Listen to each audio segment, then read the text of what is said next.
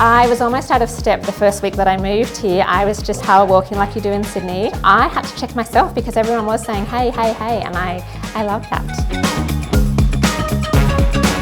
Welcome back to episode 3 of Become a Local. We're here at Work Collective on International Women's Day.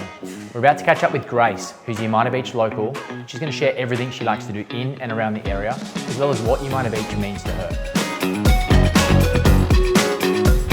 Umina Beach is the prettiest beach in the whole of Australia.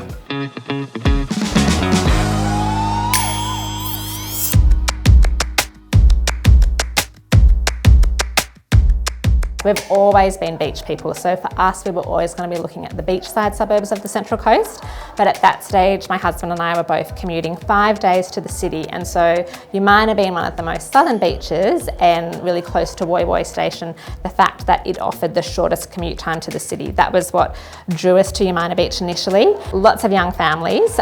We at the time had 2 under 2. We loved the amazing playground at Umina Beach, and this sounds super boring, but the fact that Umina's main street has a Woolies, a Coles and a Bunnings, that it's really hard to go past that.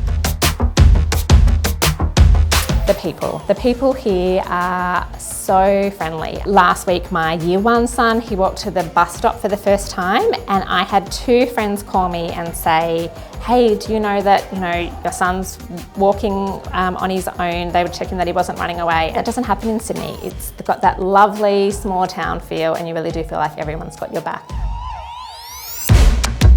Honestly, if someone wants to open a new cafe in Umina Beach, I'd say go for it. The town always needs some more. But away from the main street, Jasmine Greens, it's next to the amazing playground at the beach there. They've won lots of awards for both the food and the sustainability initiatives that they've got going on.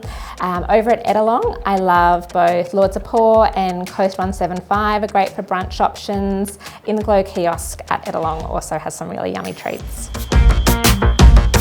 For a drink, it's really hard to go past the view at Margarita Days, and the box at Ettalong also has great views and delicious food. For a walk, I think the walk from Umina Beach to Ettalong along the Esplanade, it's one of the coast's most stunning walks. In fact, it's always appearing on the list of best walks on the coast. It's flat, it's pram friendly. I think too it's hard to go past a walk on the beach. There's nothing better to clear your head. At Work Collective, we're really lucky that the beach is just at the end of the street, and I love when I see our members taking advantage of that and popping down for a lunchtime walk, or even better, a lunchtime dip. There's a beautiful, cute cinema, Cinema Paradiso in Ettalong, and it's such a bonus to have a cinema in town, and I already can't wait for the day that our kids ride their bikes there to see a movie with friends. There's an ice cream parlour too, Sunday Sesh, and that's become a bit of a weekly ritual for school kids to mark the start of the weekend.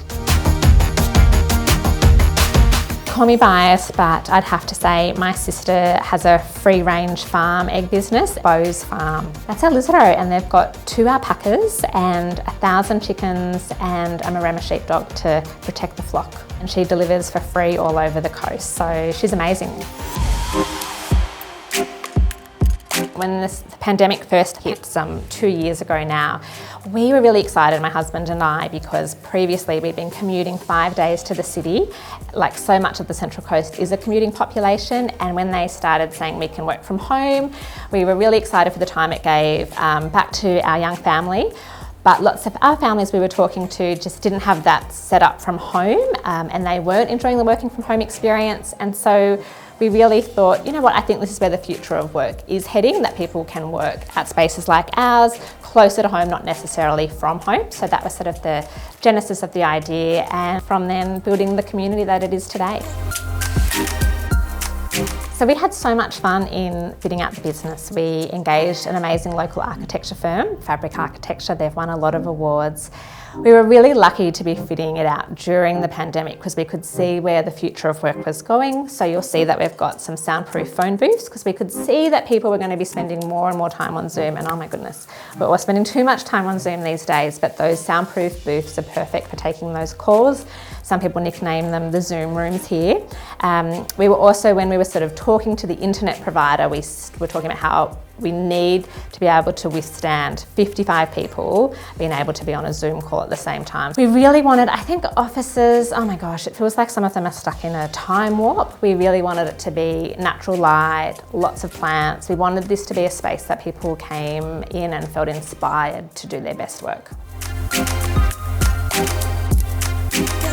We've made it free for women to come and work out of the space today, because I always think for women, you know, sometimes we put ourselves last. Working from home has often meant that women are doing two jobs. They're doing their paid job, working from home, and their unpaid job as house slaves. So I really said to women, I want them to make the time for themselves today and come in and just get in the zone and get to focus and to lean into their career. And as we can hear though from all the conversation, I'm loving hearing all the connections that they're making with each other. There's so many benefits: the soundproof phone booths, the meeting rooms, the fast internet, the second screens, the ergonomic desk, sit and stand. But I always really say the main benefit is the time that you're giving yourself and the focus of coming into a dedicated workspace, as well as the connection at the end of the day.